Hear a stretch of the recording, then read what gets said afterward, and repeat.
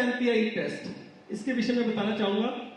Stress MPI test non operative test है, admission की requirement नहीं है, इसके कोई साइड इफेक्ट्स नहीं है। जिनकी किडनी फेल हो जाती है उनको भी ये टेस्ट रिकमेंड किया जाता है।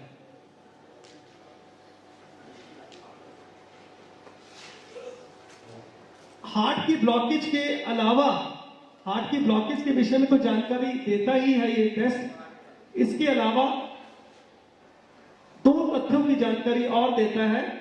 एक्चुअल सप्लाई, जैसा कि मैंने बताया कि दो तथ्य जो बहुत ही इंपॉर्टेंट हैं वो एंजियोग्राफी से मालूम नहीं होते, इस टेस्ट से मालूम होते हैं, जिससे हमें पता लग जाए कि मेडिकल ट्रीटमेंट करना है पेशेंट का या सर्जिकल ट्रीटमेंट करना है, वास्तविक सप्लाई कितनी जा रही है दिल की मांसपेशियों में, और हार्ट मसल डैमेज परमानेंट है या टेम्परेरी है, इस टेस्ट से पता लग जाता है।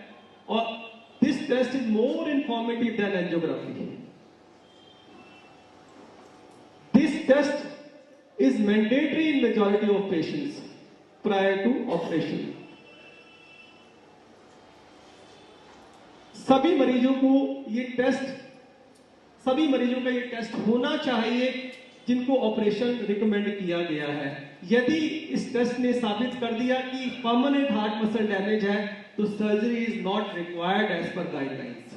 और यदि एक्चुअल सप्लाई मोर देन 70% है दिल की मांसपेशियों में, यदि स्टडी ने साबित कर दिया तो मेडिकल ट्रीटमेंट ही रिकमेंडेड है, एंजियोप्लास्टी बाईपास सर्जरी की कोई जरूरत नहीं है एज पर अमेरिकन गाइडलाइंस।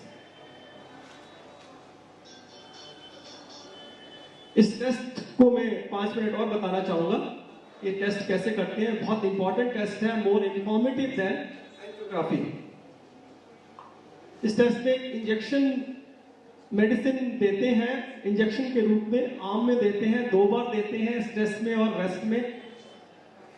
ये मेडिसिन वहीं जाती है जहां एंजियोग्राफी का तार जाता है, उससे आगे तक जाती है, नसों में जाती है, फिर नसों से बाहर निकलकर मांसपेशियों में फैल जाती है। जहां जहां ये मेडिसिन जाती है उसकी पिक्चर ले ली जाती है गामा स्कैन के द्वारा, और पिक्चर ली जाती है 3 एंगल्स में। 3 एंगल्स में हार्ट डिफरेंट शेप में नजर आता है। जहां जहां ब्लॉकेज होती है वहां दवाई नहीं पहुंच पाती तो गैप नजर आता है। गैप कहां है, कितना है, उससे ब्लॉकेज पता लग जाती है।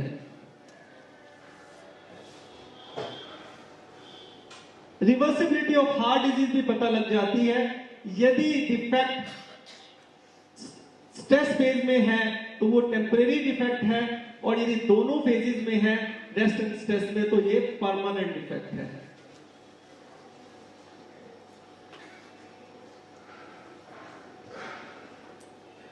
तीन एंगल से जो फोटो ली जाती है उसके विषय में बताऊंगा। 3 एंगल्स में ये एक एंगल है वर्टिकल लॉन्ग एक्सिस। हार्ट को ऐसे सेक्शन काट के फिर फोटो ली जाती है। इसमें हार्ट ऐसे दिखाई देता है सी शेप में, हॉरिजॉन्टल लाइक दिस। इसमें इस सेक्शन में फोटो ली जाती है और हार्ट गोल दिखाई देता है लाइक दिस। दवाई ऐसे फैलती है। इसमें horizontal long axis like this, ऐसे सेक्शन काटा जाता है और पिक्चर ली जाती है। इसमें हार्ट यू शेप नजर आता है लाइक दिस। दवाई ऐसे फैलती है। ये मशीन में पेशेंट को ऐसे लगाया जाता है स्कैनिंग के दौरान। Next next next.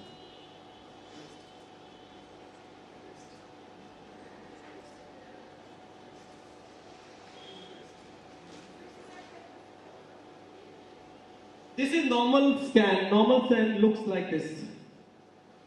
देखिए 3 शेप्स में हार्ट नजर आता है, round shape, C shape and U shape.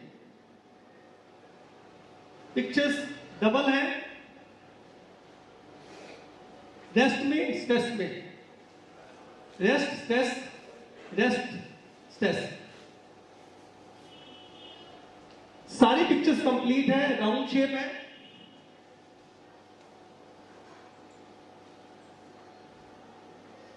C shape है, यू शेप है, कोई गैप नहीं है, कहीं भी नहीं है, इसका मतलब कोई डिफेक्ट नहीं है, no blockage.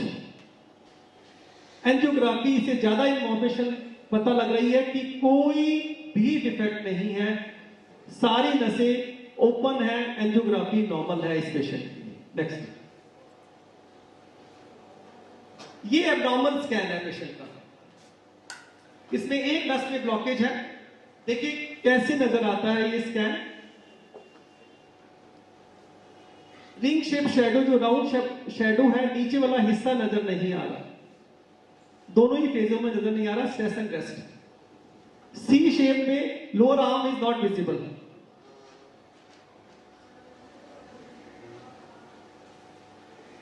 Lower arm of C shape is represented by lower part of the heart being supplied by one vessel, right coronary artery।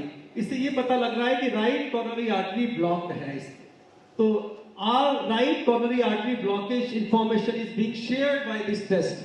Angiographic information is being shared by this test। देखिए circle में ये पता लग रहा है कि flow कितना आया है। 30% एरिया में ब्लू शेडो है, इसका मतलब है 30% एरिया में खून नहीं पहुंचता, 30% डेफिशिएंसी है ब्लड की, 70% एक्चुअल सप्लाई अभी भी आ रही है। तो इस पेशेंट में 70% सप्लाई आ रही है, तो इसका मतलब है मेडिकल ट्रीटमेंट ही रिकमेंडेड है ऐसे पेशेंट में। जबकि एंजियोग्राफी बताएगा कि 90% ब्लॉकेज है, इसकी एंजियोप्लास्टी होनी चाहिए क्योंकि 90% रुकावट है। लेकिन ये टेस्ट बता रहा है कि 30% ही डेफिशिएंसी है, 70% एक्चुअल सप्लाई अभी भी आ रही है, नेचुरल कोलेटरल्स की वजह से, नेचुरल बाईपास की वजह से। और इस वजह से मेडिकल ट्रीटमेंट ही रिकमेंडेड है एज पर अमेरिकन गाइडलाइंस। तो ये टेस्ट कराना बहुत ही जरूरी है। यदि एंजियोग्राफी हो चुकी है तब ही, तो इससे साबित कर सकते हैं कि एंजियोप्लास्टी का कोई फायदा नहीं है, मेडिकल ट्रीटमेंट ही रिकमेंडेड है इस पेशेंट में। और दूसरा कारण ये भी है कि दोनों ही पिक्चर एक जैसी है। देखिए परमानेंट डिफेक्ट है इसमें, दोनों ही स्ट्रेस एंड रेस्ट दोनों में ही डिफेक्ट नजर आ रहा है। इसका मतलब ये परमानेंट डिफेक्ट है। परमानेंट डिफेक्ट में सर्जरी का कोई फायदा नहीं है। Surgery is not going to cure this problem क्योंकि it is permanent defect. Surgery is never recommended in this patient. जबकि सर्जरी कर दी जाती है ऐसे पेशेंट में यदि ये टेस्ट ना करें, तो ये टेस्ट बहुत ही जरूरी है करवाना। एंजियोग्राफी यदि हो चुकी है तब भी ये साबित करने के लिए कि एंजियोप्लास्टी या बाईपास सर्जरी की रिक्वायरमेंट है या नहीं। नेक्स्ट।